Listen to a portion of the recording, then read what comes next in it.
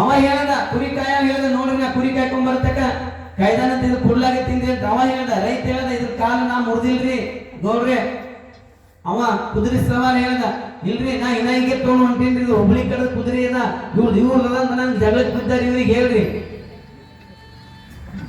ಅಲ್ಲಿ ಊರುಗಳು ಏನ್ ಅನ್ಬೇಕ್ರಿ, ನೋಡಪ್ಪ ನೀ ಕುರಿ ಕಾಯು ಇರ್ಬೋದು, ನೀ ರೈತ ಇರ್ಬೋದು, ನೀ ಕುದುರೆ ಸೌಕಾರ ಇರ್ಬೋದು, ಆದ್ರೆ ನೀವು 3 ಮಂದಿ ಅಲ್ಲ, ಇಡೀ ಊರು ಮಂದಿ ಬಂದು ಹೇಳಿದ್ರು ನಾನು ಹೆಂಡತಿಗೆ ನಾವು ಒಳಗೆ ತಗೊಂಬಲ್ಲ ಅಂದವ ಗೌಡ. ಅಲ್ಲಿ ಗೌಡರು ಕಿವಿ ಕೇಳಲ್ಲ, ತಗೊಂಡ್ ಮಾಡೋದೇನದ.